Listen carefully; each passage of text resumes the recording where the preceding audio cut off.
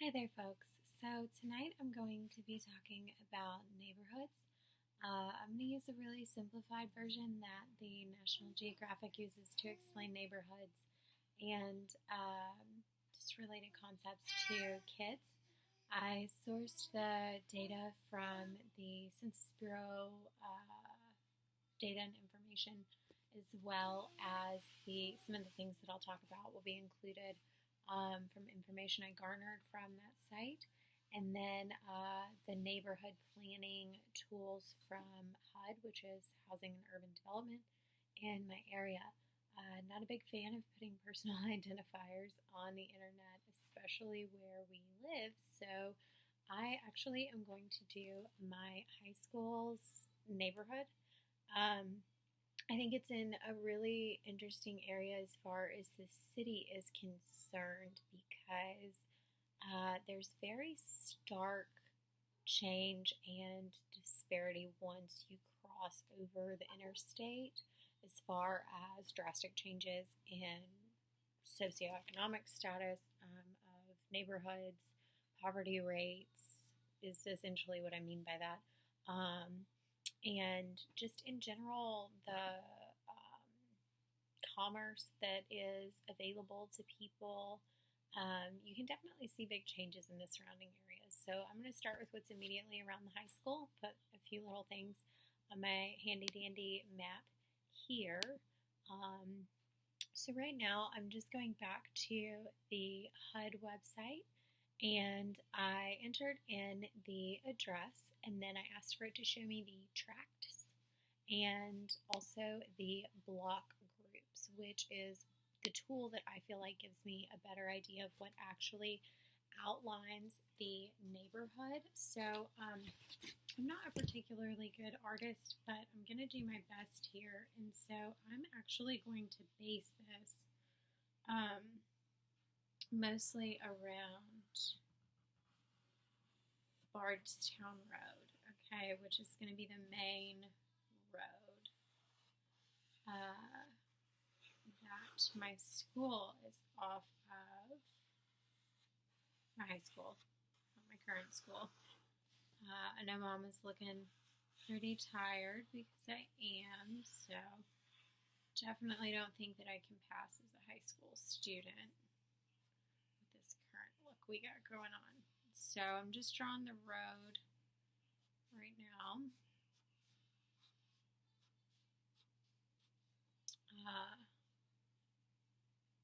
I'm going to show you all what that looks like. Pretty rudimentary. Clearly not an artist. And so this part of Bardstown Road is actually going to be the outer boundary. This is more or less the way that it looks on the map because this is actually the north side and this is the south side. But for the purposes of drawing my map, because the neighborhood is kind of back here and then this is the major street to access anything in the neighborhood. So major street to access anything in the neighborhood, and the neighborhood kind of goes back.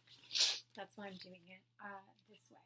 So I'm going to extend my map a little bit to also show the interstate so that I can talk about the neighborhood that is next to my focus area anyways.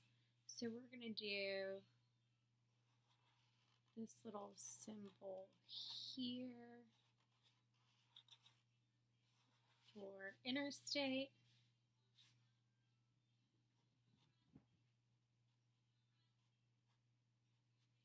Okay. So I'm going to make sure that all this is in frame here. So this is the interstate, right? And then the road actually runs under it. Obviously there's an exit and so on and so forth. And then once you immediately pass through there, you've got a couple of, I'm going to put these in pink. You've got a couple of coffee shops,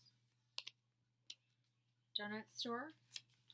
So I'm going to just put these down on the road here, and it's actually part of a plaza. And So I am going to outline it in this particular way. I'm going to go ahead and rip these into smaller pieces too so that we can get a better fit for scale. So when we talk about what's going on here later, it might make a little bit more sense. All right, so I'm going to do pink for coffee and donut. I'm going to do another pink because there's a bakery over here. It's part of the culinary school that's in the area, and I'm going to make that a little small one. It's right off the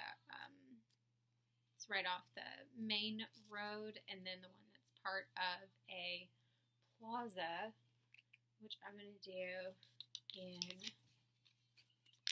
blue. Now this plaza actually has a gym. It does have a grocery store in it. It's a local grocery chain. They offer a lot of organic and fresh food options. I'm going to go ahead and make this side comment that actually in this area, let me get my legend back out for it, said grocery store that offers plenty of fresh food options. This is in an area of town where you're looking at a 0 to 10% poverty rate. If that was not something that was already indicated by the available and plentiful options that I've already described. I'm going to draw a little apple on it as well so that we're all on the same page about this is fresh food. This is not a quick mart. This is not a liquor store with like hot plate options. This is actual, you can go in and shop, and if it comes from the earth, there's a pretty good chance that they have it. I'm also going to draw a little barbell, or my rudimentary interpretation. In the shopping center, they took out a pharmacy to add a gym. That has been a recent development. A little coffee mug here as well. So this is where I am at present. Just adding these things to the mat. This is my attempt at a barbell. This is a grocery store. This is actually an office supply store. So I'm going to draw a little paper clip there. And then the coffee shop is going to be kind of off to the side a little bit. They do have a drive-through option. That's also a locally owned, family-owned coffee shop business. And then I'm going to get another coffee mug onto my coffee and donut shop here. Fun fact, for this particular donut shop in the area, they turn the light on when the donuts are hot. That was a big thing when we were in school because honestly they're delicious. And some of the stuff wasn't in place when we were still there. And then I'm going to add a little cupcake deal. Actually, let's make it a muffin.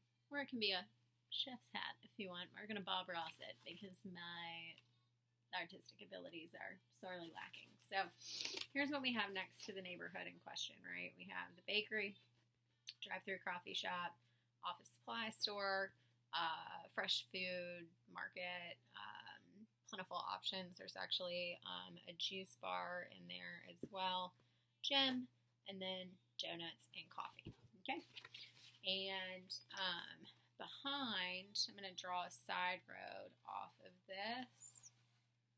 Okay, and I'm just going to do it one-sided because this is not a very busy road. Once you get past the shopping center, it's very nice and quiet. There are lots of beautiful homes back there. It's a very quiet neighborhood. So I am going to box in as well. There is a pharmacy school back here. I'm going to put that in gold. Little pun on the cost of higher education. I'm going to make that a gold Post-it note. And then we'll do, my cat's found her catnip. And then I'll do a little graduation cap here so we can see what that looks like.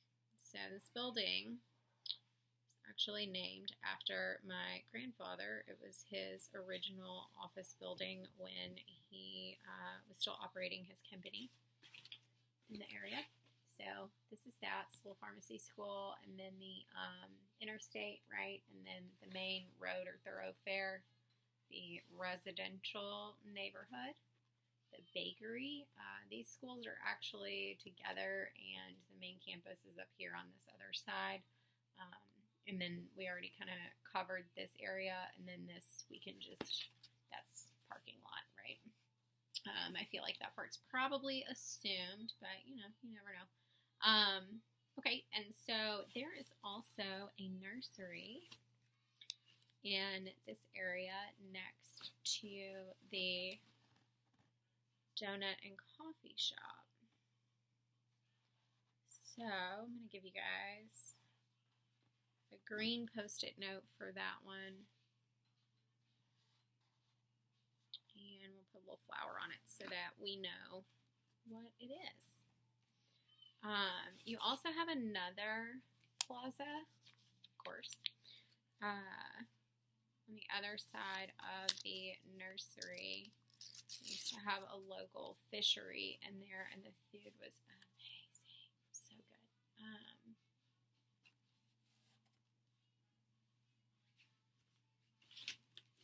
Let's see here.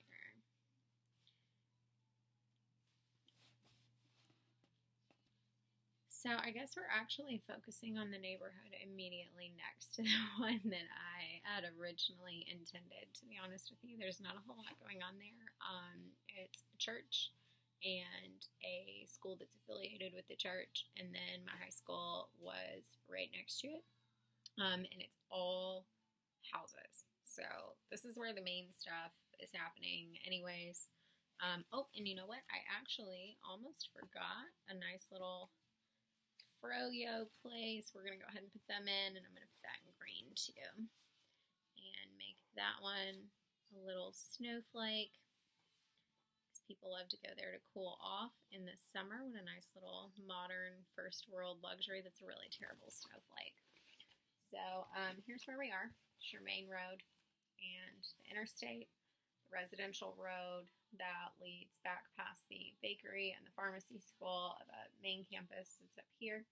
Coffee plaza with, you know, a couple like office, gym, fresh food, and then the FroYo place, coffee and donuts, a nursery, and then this is another plaza. They rent their spaces out, so I'm going to put an XYZ here because this is forever changing. There's currently an insurance office. They're here, I think they've been there for quite some time now. And then we will go ahead and put a bigger Post-it note in gold to represent the church and school.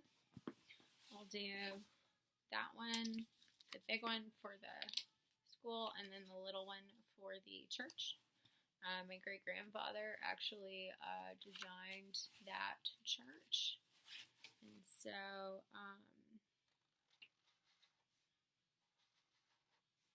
as well as the church that's connected to a local university.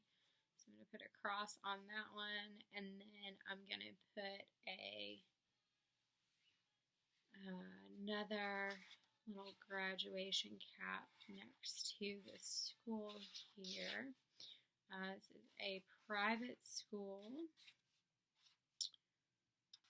and for anyone not from this area, parochial schools in my city are kind of a big deal.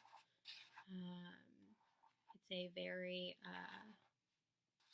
far and widespread community as is what I mean by that. The particular religious community that has a lot of schools attached to the churches. We have one attached to our parish. It's a great community, great school, blue ribbon school. And so I think that it's interesting, actually, now that I'm starting to draw all of this and put it all together. Let me add this in here because I think this is interesting, right? Okay. So keep in mind, we're still kind of, oh gosh, that made my cross upside down. Hang on. We can't do that. Sorry. All right. So we've got all this going on over here that we talked about, right? And then there is a side street here. So I'm going to go ahead and draw that down. And then that is the street address for the pre-K. They do pre-K now, I think. Associated school. And I'm going to do little smaller dashes here too, because these side roads almost immediately turn into residential. This is not what you're thinking, like a, oh, I see plazas, I see shopping centers. It's pretty mixed as far as what you would expect to see. Like in a high commerce area, I would expect to see like plaza after plaza, business after business, very busy roads, big roads, high traffic, lots of traffic lights. That's just not really the case here. Actually, I'm going to draw in a little stick figure because there's usually a crossing guard here. Like I said, this is the neighborhood next to my high school. And so you've got a lot of student drivers. This is now my upside down crossing guard. And this P that's also upside down is for parking. That's the parking lot for the shopping center and plaza. And then there's affiliated, parking around this area too. So let me go ahead and put that in. And now these are all of this blank space around here is just houses.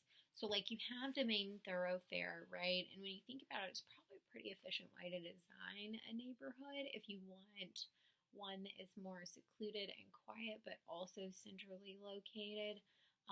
Because anyone that's accessing any of these businesses, institutions, what have you, they can all access this from the main road. And then back here is all residential.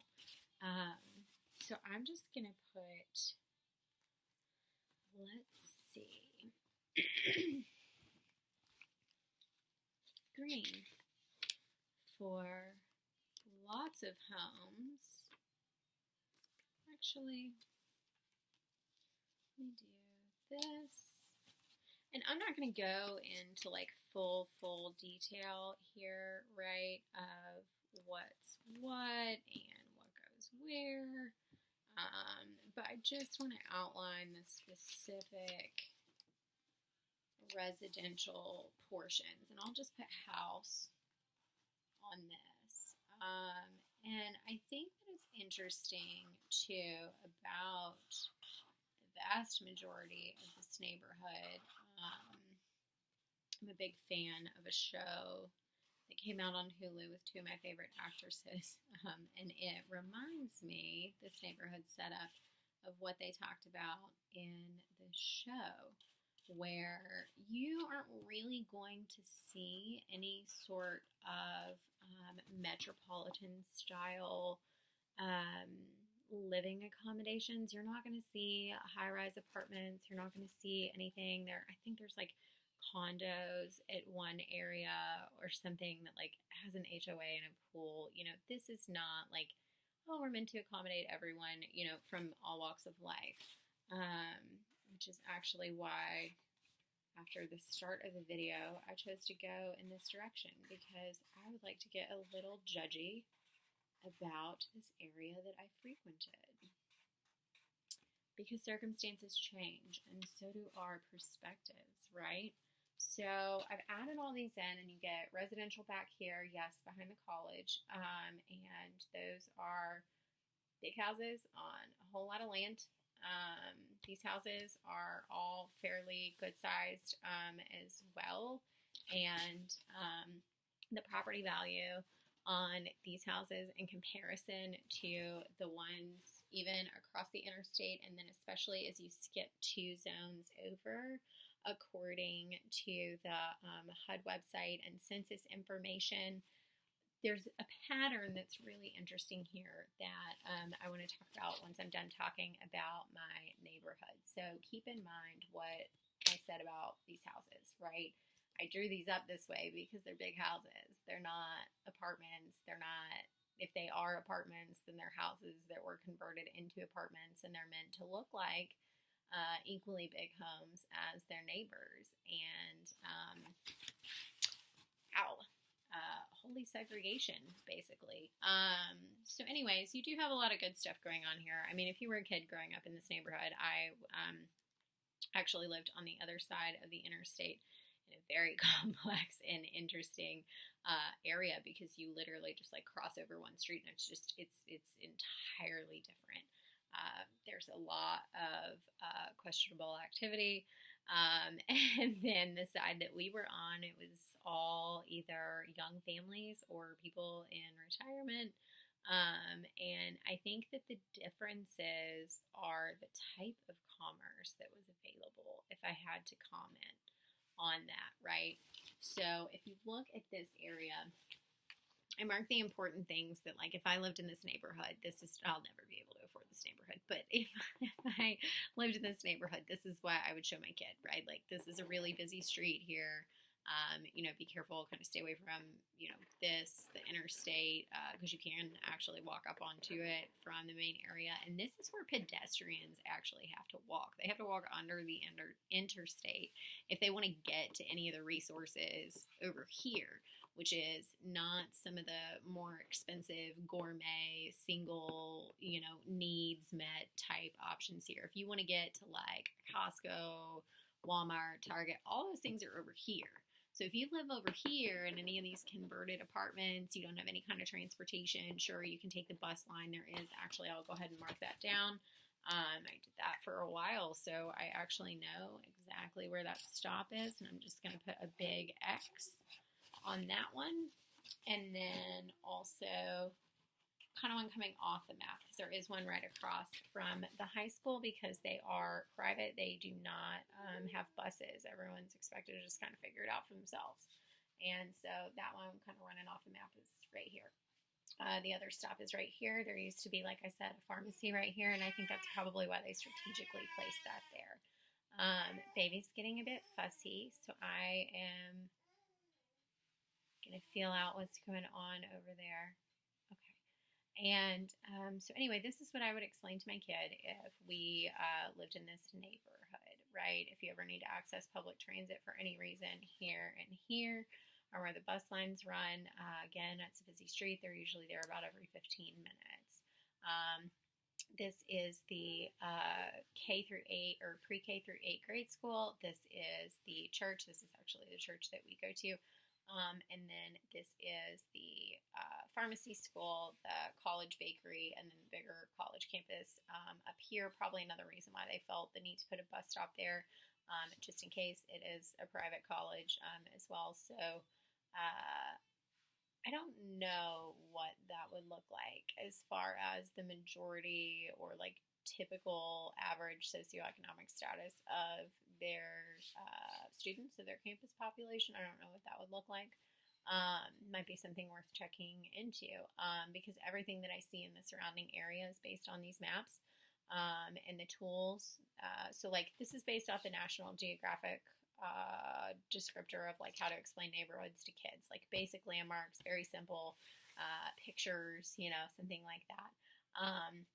And I'll go in and add some names later, but just for the sake of labeling, we're going to call this B Road and pretend that if I was actually explaining this to my child, I would give them the street name so they would be able to tell someone where they lived, where I lived, if there was ever an emergency. So we're going to do the first side street labeled as A Road, the big one as B Road, B for big, and then the third C Road. And then I already told you this little symbol over here indicates the interstate. So I didn't go into full detail for like the zoning and the block areas that are used by HUD to talk about the neighborhood, because even just in this condensed area, all the rest of this is housing. It's pretty irrelevant. My kid doesn't need to know where a bunch of other people live if I needed to explain that to them for whatever reason. And so the commentary that I wanted to make is when I looked at the neighborhood, right, you've got 0 to 10% poverty rates across the board. The block group next to it on both sides, 0 to 10% poverty rate, front, back, left, right, in all directions. We're looking at 0 to 10, right? And then I zoom out.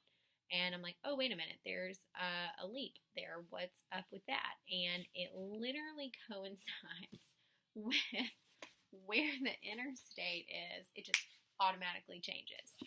And so I zoom out again to see if there's any like pattern, anything that I can notice that would maybe give me any clues as to what's up with that. And then you have this steady increase. So like this whole area is 0 to 10% poverty, right?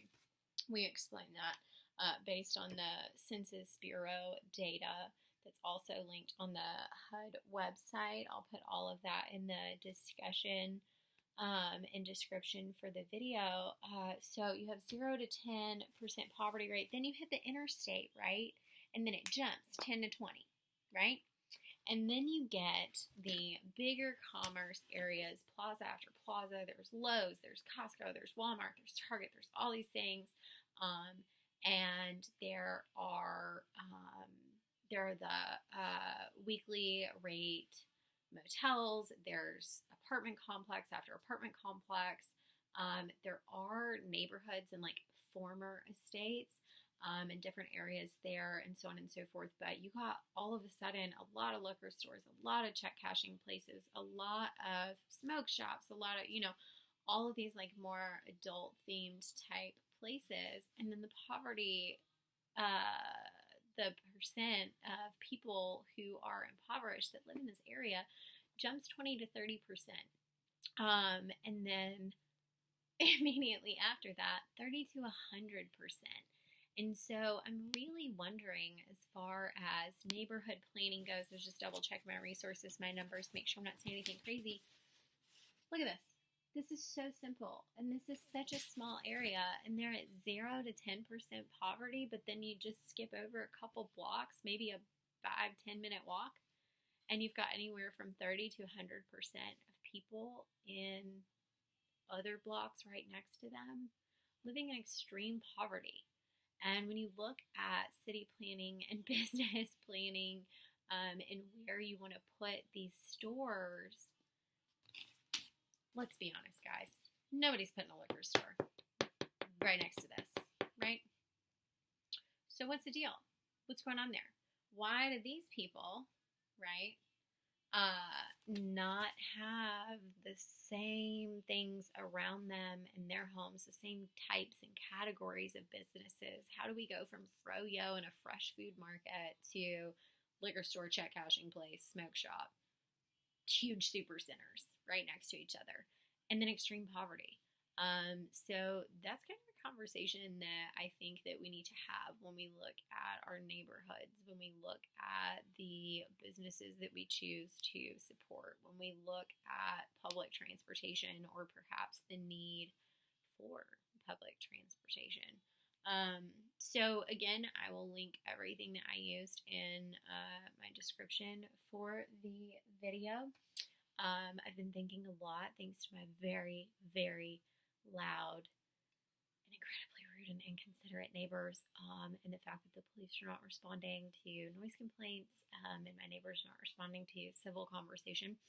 I've been thinking a lot about neighborhoods and neighborhood planning and where and why. Why do we end up as divided as we do? Why do we, visit new places if we have the privilege to do so? And you can almost immediately tell, oh, wait a minute, maybe this isn't a safe neighborhood, before you get out to even get gas. Why is that? What are those things that kind of make us go, hey, wait a minute, And are we talking about this to our kids, where these disparities and issues of accessibility come from? And how does that affect our sustainability as communities if we keep people and resources separate and then subsequently limit their mobility? I think that's definitely a thing that's worth talking about, and I'll probably get into that a little bit later on. I think the kiddo and I have both worn ourselves out, and their music finally stopped. I'm hoping it didn't pick up on the video. It's highly inappropriate. I mean, personally, I'm a fan. I'm a big hip hop and rap fan. If anybody watched the Vermiculture video, but I really don't like this particular rapper coming through my living room walls at 11:42 at night. So that's where we are. I'm gonna go see what's going on with the kiddo. She's had plenty of time to zen out and calm down, and I thought I'd take a break and talk about neighborhoods. So thanks again for coming to Mom's house, and I look forward to seeing what anyone has to say about what you think about the questions I posed, and as well as my pitiful artwork. But I mean, this is what they use to talk to kids about where they live, inform them about their spaces. Being informed about our spaces can help us make good choices on how to improve those spaces, because one of the things I believe is that you should always leave people, places, and things better, at least as good as, but hopefully better than how you found them.